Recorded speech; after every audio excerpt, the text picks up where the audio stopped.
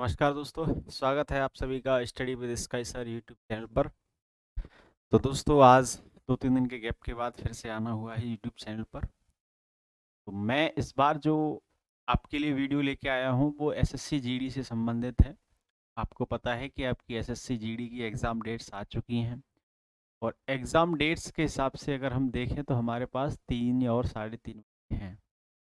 तो उस हिसाब से मैंने आपको हिंदी और मैथ्स का एनालिसिस किया, पिछले साल के आए हुए पेपर्स को देखा, उसमें पाया कि कैसे-कैसे कौन-सा सब्जेक्ट हमें पढ़ना है। तो अभी फ़िलहाल मैंने हिंदी और मैथ्स का एनालिसिस किया है प्रीवियस ईयर पे एग्ज़ाम देखकर।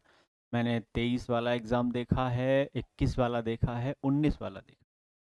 तो इन तीनों ही एग्ज़ाम्स के एनालिसिस के आधार पर मैंने कुछ एनालिसिस किया है कि किस तरह से आपको एसएससी जीडी का एग्ज़ाम निकालना है। दोस्तों पढ़ने के अपने अलग-अलग तरीके होते हैं, अलग-अलग आधार होते हैं। कोई भी लड़का, कोई भी बच्चा किसी टीचर के हिसाब से पढ़ता है, कोई भी बच्चा अपने अपने हिसाब से पढ़ता है, कोई बच्चा जैसे भी उसके मन होता है यूट्यूब से, किसी ऐप से कोर्स लेने के बाद या किसी किताब से पढ़ता है। तो दोस्त मैंने जो वीडियो अभी बना रहा हूँ, इसमें सिर्फ़ आपको ये समझाने की कोशिश कर रहा हूँ कि आपको अगर एसएससी जीडी का एग्ज़ाम निकालना है, तो उसके लिए आपको क्या करना है। अगर आपको हिंदी में अच्छा स्कोर करना है, मैंने अभी जो थंबनेल बनाई है एसएससी जीडी हिंदी, आपके नंबर ऑफ क्वेश्चंस आने वाले हैं भैया 20। ठीक, 20 क्वेश्चन का एनालिसिस किया है मैंने। और सबसे पहले मैंने क्या रखा है, मैंने आपको ये वाले टॉपिक रखे हैं जो कि शब्दावली का भाग। ठीक है, इसमें क्या होने वाला है, वर्तनी, पर्यायवाची, विलोम शब्द, अनेकार्थी, मुहावरे, लोकोक्तियां, वाक्यगत अशुद्धियां, वाक्यांश के लिए एक शब्द और अनुच्छेद। अनुच्छेद से यहाँ मतलब आपका वो पैराग्राफ है जिसे आप अपठित गद्यांश बोल देते हैं, जिसे आप क्या बोल देते हो, अपठित गद्यांश। ठीक है, पैराग्राफ बोलते हो आप अपनी भाषा में। तो दोस्त मेरे समझाने का अर्थ सिर्फ ये है कि अगर आप एसएससी जीडी में हिंदी में अच्छा स्कोर करना चाहते हैं, हिंदी वाले हिस्से में, तो वहाँ क्वेश्चन कितने आएंगे, 20। 20 में से लगभग लगभग एनालिसिस के आधार पे बता रहा हूँ, पक्की तरह से बता रहा हूँ कि आपके लगभग मान के चलिए कि 12 से लेकर 13 और 14 प्रश्न आपके कहाँ से आने हैं, आपके यही हिस्से से आने हैं। 12 से लेके 13-14 प्रश्न। दोस्त मुझे कोई अपना सिलेबस नहीं बेचना, मुझे कोई अपना एक ऐप पर कोई वीडियो नहीं बेचना, कोर्स नहीं बेचना। मेरा सिर्फ उद्देश्य ये है आपका एसएससी जीडी में स्कोर कैसे अच्छा हो।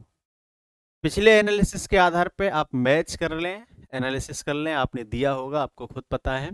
तो आपके इस वाले हिस्से से नंबर ऑफ क्वेश्चंस आने हैं 12, 13, 14। उसके बाद क्या होगा, उसके बाद आपका जो आने वाले प्रश्न हैं 12, 13 के 14 के बाद आपके पास बचते हैं 5 से 7 प्रश्न। 5 से 7 प्रश्नों में से भी मान के चलिए 4 से 5 प्रश्न ही मात्र आपके कहाँ से आते हैं, की पूरी व्याकरण से। व्याकरण की टॉपिक मैंने आपको ये लिख दिए हैं, संधि, समास, लिंग, कारक, काल। मतलब कहने का अर्थ ये है, मैंने देखा था कि लगभग लगभग एक प्रश्न संधि से था, एक इनमें ऑप्शनल है, यहाँ से कोई एक प्रश्न होगा, ये भी ऑप्शनल है, यहाँ से कोई एक प्रश्न होगा, यहाँ से कोई एक प्रश्न होगा और यहाँ से कोई एक प्रश्न होगा।